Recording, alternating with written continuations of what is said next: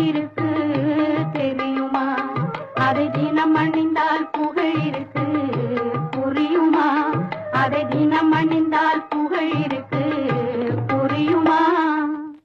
முருகன் திருநீரில் மருந்திருக்கு தெரியுமா?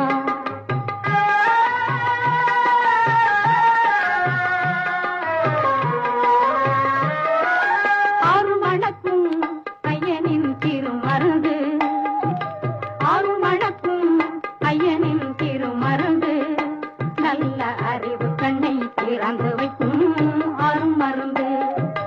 ஆறுமணக்கும் ஐயனின் திருமருந்து, நல்ல அறிவு கண்ணை திறந்து வைக்கும்